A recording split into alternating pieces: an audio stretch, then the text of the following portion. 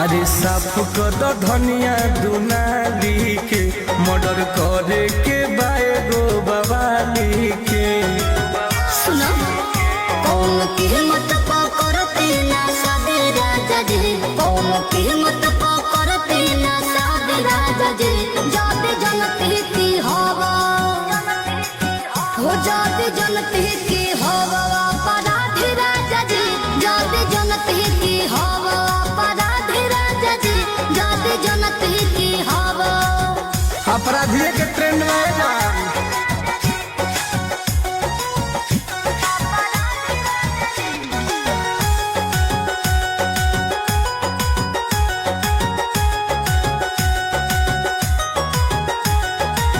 सोचलो न कैसे रहे तो हर में हरे, करलो टेंड रोज खाना को चोरे।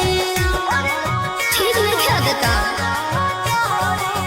कलम के जगह धरवले हथियार हो। अच्छा शुरू के रहले हम